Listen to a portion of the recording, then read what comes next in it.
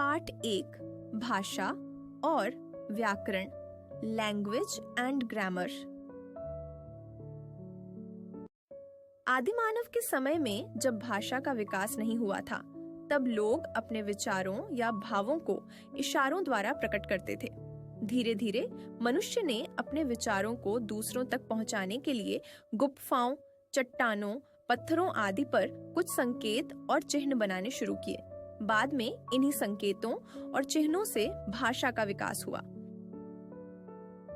जैसे जैसे मानव सभ्य होता गया, उसने भाषा के अनेक साधनों का आविष्कार किया। बोलकर या लिखकर भावों या विचारों को प्रकट करने का माध्यम भाषा है। भाषा की आवश्यकता। मनुष्य एक सामाजिक प्राणी है। उसे समाज में रहते हुए जीवन की विभिन्न आवश्यकताओं को पूरा करना होता है। इसलिए उसे कभी अपने मन के विचारों को प्रकट करना पड़ता है, तो कभी दूसरों के विचारों को समझना पड़ता है। भाषा के रूप। भाषा के निम्नलिखित 2 रूप हैं। मौखिक रूप। जब मनुष्य बोलकर अपने मन के भावों या विचारों को एक दूसरे के सामने प्रकट करते हैं और सुनकर उन्हें समझते हैं, तो उसे भाषा का मौखिक रूप कहते हैं। जैसे अध्यापिका बोलकर छात्रों को पढ़ा रही हैं, नेताजी भाषण दे रहे हैं तथा लोग सुनकर उनके मन के भाव समझ रहे हैं। लिखित रूप। जब मनुष्य अपने मन के भावों या विचारों को लिखकर प्रकट करते हैं और दूसरे उन्हें पढ़कर समझते हैं, तो उसे भाषा का लिखित रूप कहते हैं। जैसे आयुष पत्र लिख रहा है, नेहा किताब पढ़ रही है। इस प्रकार भाषा के 4 कौशल होते हैं: बोलना, सुनना, लिखना, पढ़ना। इन्हीं कौशलों का प्रयोग भाषा के दोनों रूपों में किया जाता है। बोलना और सुनना भाषा के मौखिक रूप के अंतर्गत आते हैं। लिखना और पढ़ना भाषा के लिखित रूप के अंतर्गत आते हैं। भाषा के इन दोनों माध्यमों के अतिरिक्त संकेतों द्वारा भी भाव प्रकट करने का प्रयत्न किया जाता है। जैसे गार्ड हरी झंडी दिखाकर रेलगाड़ी चलाने और रेफरी सीटी बजाकर खिलाड़ियों को रुकने का निर्देश दे रहा है। संकेतों को भाषा नहीं कहा जा सकता, क्योंकि इनसे सभी विचारों को प्रकट नहीं किया जा सकता। ऐसे रूप को भाषा का सांकेतिक रूप कहते हैं। व्याकरण में संकेतों को भाषा का दर्जा नहीं दिया जाता है। बोली। बोली भाषा का मौखिक रूप है। जब कोई भाषा किसी सीमित क्षेत्र में बोलचाल में प्रयोग की जाती है, तो उसे बोली कहते हैं। जैसे हरियाणा में हरियाणवी, बुंदेलखंड में बुंदेलखंडी, राजस्थान में राजस्थानी आदि। बोली किसी विशेष क्षेत्र तक सीमित होती है, जबकि भाषा बहुत बड़े स्तर पर बोली जाती है। मातृभाषा। बच्चा जो भाषा सबसे पहले अपने परिवार में सीखता है, उसे मातृभाषा कहते हैं।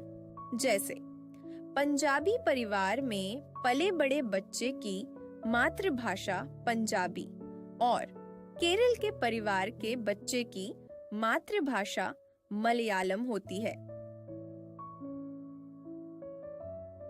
राजभाषा। राजकीय या सरकारी कामकाज की भाषा को राजभाषा कहा जाता है। भारत में हिंदी को राजभाषा का दर्जा प्राप्त है। हिंदी को 14 सितंबर 1949 को राजभाषा का दर्जा दिया गया। हर साल 14 सितंबर को हिंदी दिवस के रूप में मनाया जाता है। अंतर्राष्ट्रीय भाषा। अंग्रेजी को अंतर्राष्ट्रीय भाषा के रूप में मान्यता प्राप्त है क्योंकि यह विश्व की सर्वाधिक प्रचलित भाषा है। भारत की प्रमुख भाषाएं। भारत में लगभग प्रत्येक राज्य की अपनी भाषा है। संविधान में हिंदी सहित कुल 22 भाषाओं को मान्यता प्राप्त है। हिंदी, कश्मीरी, डोगरी, पंजाबी, उर्दू, बांग्ला, असमिया, उड़िया, गुजराती, तेलुगु, तमिल, कन्नड़, मलयालम, संस्कृत, सिंधी, नेपाली, कोंकणी, मराठी, संथाली, बोडो, मैथिली तथा मणिपुरी। विश्व की कुछ प्रमुख भाषाएं। पूरे विश्व में सैकड़ों भाषाएं बोली और लिखी जाती हैं। उनमें से कुछ इस प्रकार हैं: अंग्रेजी, चीनी, फ्रेंच, अरबी, जापानी, स्पेनिश, जर्मन, रूसी आदि। लिपि। भाषा बोलते समय जो शब्द हमारे मुख से निकलते हैं उनकी ध्वनियों को लिखने के लिए कुछ चिन्ह निर्धारित होते हैं। यही चिन्ह लिपि कहलाते हैं, अर्थात भाषा के लिखने के ढंग को लिपि कहते हैं। प्रत्येक भाषा की अपनी लिपि होती है, जैसे हिंदी भाषा देवनागरी लिपि, अंग्रेजी भाषा रोमन लिपि, पंजाबी भाषा गुरुमुखी लिपि, उर्दू भाषा फारसी लिपि, संस्कृत भाषा देवनागरी लिपि, मराठी भाषा देवनागरी लिपि, गुजराती भाषा देवनागरी लिपि, बांग्ला भाषा पूर्वी नागरी लिपि। लिपि को हम इस प्रकार परिभाषित कर सकते हैं: भाषा की ध्वनियों को लिखकर प्रकट करने के लिए निश्चित किए गए चिन्हों को लिपि कहते हैं। व्याकरण। अंशु ने नेहा से कहा, हम दूध खा लिया।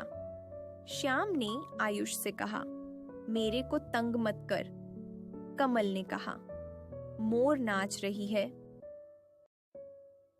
इन कथनों को बोलने वालों ने अशुद्ध भाषा का प्रयोग किया है। इनके कथनों का शुद्ध रूप निम्नलिखित है: मैंने दूध पी लिया है, मुझे तंग मत कर, मोर नाच रहा है।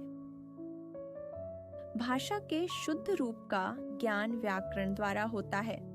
व्याकरण एक शास्त्र है जिसमें भाषा से संबंधित नियम होते हैं। इन नियमों के ज्ञान से भाषा को शुद्ध रूप से लिखना और बोलना आता है। किसी भी भाषा के ज्ञान के लिए उसके व्याकरण का ज्ञान होना आवश्यक है।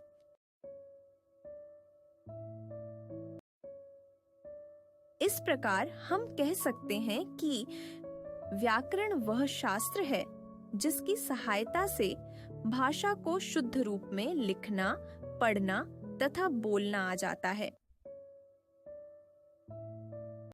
हमने जाना, भाषा मन के भावों को प्रकट करने का साधन है। भाषा दूसरों के मन के भावों को जानने का साधन है। भाषा के दो रूप हैं, मौखिक, लिखित। भाषा के जिस रूप को क्षेत्रीय स्तर पर बोला जाता है उसे बोली कहते हैं। संस्कृत, हिंदी और मराठी की लिपि देवनागरी है। भाषा के लिखित रूप का आधार उस भाषा की लिपि होती है।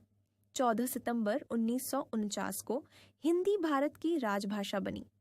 हिंदी दिवस प्रत्येक वर्ष 14 सितंबर के दिन मनाया जाता है। व्याकरण द्वारा भाषा के शुद्ध रूप का ज्ञान होता है।